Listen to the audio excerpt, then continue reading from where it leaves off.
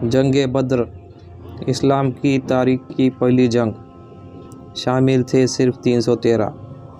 2 हिजरी से ही रमज़ान के रोज़े फ़र्ज़ किए गए और रमज़ान की तारीख 17 को यानी 13 मार्च सन 624 को इस्लाम की पहली जंग लड़ी गई, जो कि जंग बद्र के नाम से जानी जाती है। ये वो दौर था जब पैगंबर इस्लाम हुक्म इलाही लोगों को बताया करते थे और एक अल्लाह की इबादत करने को कहा करते थे, जिसकी वजह से मक्के के लोग उनकी जान के दुश्मन बन गए थे और आपको आखिरकार हिजरत करके मक्के से मदीने आना पड़ा।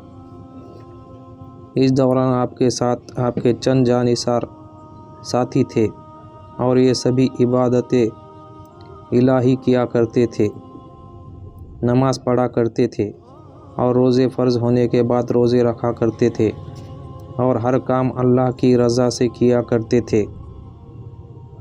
तमाम तकलीफ़ों के बावजूद सब्र किया करते थे, मगर खुद आगे बढ़कर कभी लड़ाई नहीं की। लेकिन इसके बावजूद जब कुफ़ार नबी करीम से दुश्मनी की गरज से उन्हें नुकसान पहुंचाना की लगातार कोशिशें की, तो अल्लाह ने अपने प्यारे नबी को हुक्म दिया कि ए नबी, जो तुम्हें तकलीफ़ पहुंचाए तुम उससे जंग करो। और इसके बाद इस्लाम की तारीख़ में जो सबसे पहली जंग लड़ी गई वो है जंग बद्र, जो मदीने से करीब 80 मील दूर बद्र नामक जगह पर लड़ी गई,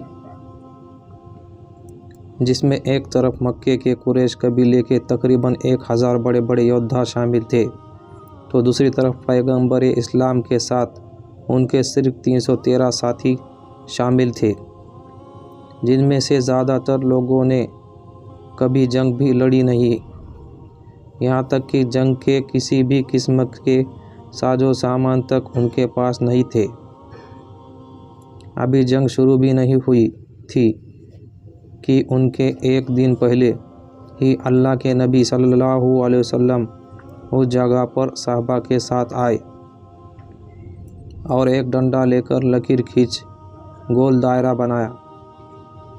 किसी के समझ में कुछ नहीं आया तो साहबा ने वजह जाननी चाहिए।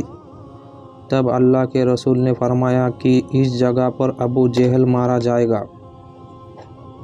कुछ दूरी पर दूसरा दायरा खींचा और फरमाया कि उमैया यहाँ मारा जाएगा।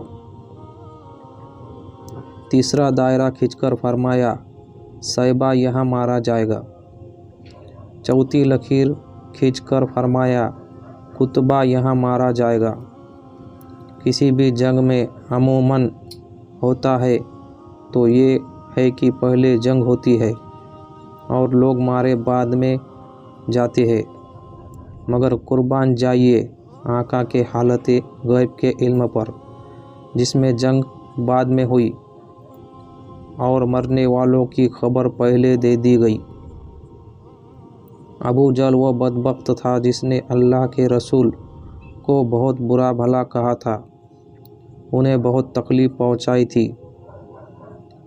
इस बदबख्त को जब अल्लाह के रसूल और उनके जानिसारों की खबर मिल गई तो उसने सोचा कि उनकी तादाद ही कितनी है, मुट्ठी भर है, इसीलिए अच्छा मौका है सबको हलाक करने का, ताकि माला कोई मोहम्मद सल्लल्लाहु अलैहि वसल्लम के खुदा को मानने वाला ही नहीं रहेगा, तो इस्लाम वैसे ही ख़त्म हो जाएगा। जंग शुरू हुई तो दुश्मनों की तादाद कई गुना अधिक थी, जिसमें कुरैश कबीलों वालों में मौजूद बहुत से लोग किसी न किसी के करीबी रिश्तेदार भी थे। यहाँ तक कि कोई किसी का बाप तो कोई चाचा मामू भी था। तब अल्लाह के रसूल ने अपने रब से दुआ की कि ए मेरे रब, अगर इस जंग में हम नाकाम रहे तो फिर तेरी इबादत करने वाला कोई ना रहेगा। अल्लाह ने इस जंग में उनकी मदद फरमाई। इस जंग में अल्लाह के रसूल की तरफ से एक सहाबी उमैदा बिन हारिस نے اس وقت آپ سے جنت کے بارے میں پوچھا کہ یا رسول اللہ، اگر میں شہید ہو گیا تو مجھے بھی جنت ملے گی؟ آپ نے اس سے کہا، ہاں بے شک تم جنتی ہو۔ اور اس بہادر صحابہ نے بہادری سے لڑتے ہوئے شہادت پائی۔ اچانک ہی جنگ کے دوران محاذ اور معاویس نام کے 2 بندوں آئے، ایک 10 اور دوسرا 12 سال کا تھا۔ دونوں بندوں نے حضرت عبد الرحمن بن عوف سے ابو جہل کے بارے میں جانکاری لی۔ انہوں نے ان بندوں سے پوچھا، تم کیوں پوچھ رہے ہو؟ تمہیں جنگ سے دور رہنا ہے۔ مگر ان بندوں نے کہا، وہ گستاخ ہمارے آقا کریم صلی اللہ علیہ وسلم کو گالی دیتا تھا، ہم اسے ماریں گے۔ کہتے ہوئے دونوں ہاتھ میں چھوٹی تلواریں لیے وہ دشمنوں کے لشکر میں گھستے چلے گئے۔ وہ ابو جہل تک پہنچے اور ایسا مارا کہ وہ زمین پر گر کر تڑپنے لگا۔ ابو جہل کو بھی یہ خبر لگ گئی چکی تھی کہ محمد صلی اللہ علیہ وسلم نے اس کے شہید ہونے کی جگہ کے بارے میں تک بتلایا ہے۔ تب وہ اپنے ساتھیوں سے پوچھنے لگا کہ کیا یہ وہی جگہ ہے جہاں لکیر کھینچی گئی تھی؟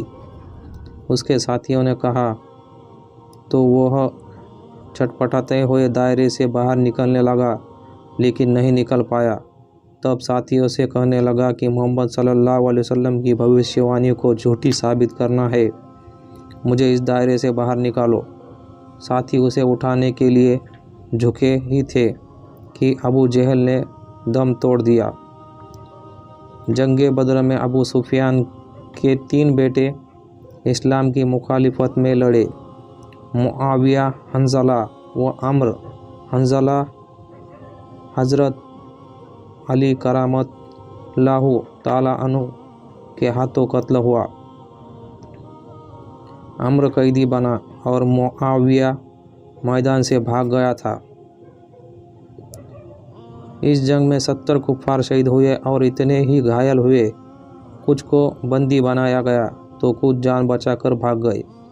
اللہ کے رسول کے طرف سے جنگ کرنے والوں کے 6 مہاجر اور 8 انصاری شہید ہوئے اور آخرکار حق کی جیت ہوئی۔ لڑائی ختم ہونے کے بعد اللہ کے رسول کو بے چین دیکھ کر ایک صحابہ نے پوچھا، اے اللہ کے رسول، آپ پریشان کیوں ہے؟ آپ نے فرمایا، قیدیوں کو جو رسیاں باندھی گئی ہے انہیں ڈھیلی کرو، ان میں میرے چچیرے بھائی عباس بھی ہے۔ اور پھر ان کے حکم کے مطابق سبھی قیدیوں کو فدیہ لے کر چھوڑ دیا گیا۔ ان میں جو پڑھے لکھے قیدی تھے ان کا فدیہ یہ تھا کہ وہ 10 بندوں کو لکھنا پڑھنا سکھائیں گے۔ یہ تھا اخلاق اور انصاف ہمارے پیارے آقا نبی کریم صلی اللہ علیہ وسلم کا، جنہوں نے دشمنوں کو بھی کبھی کوئی تکلیف نہیں دی۔ سبحان اللہ۔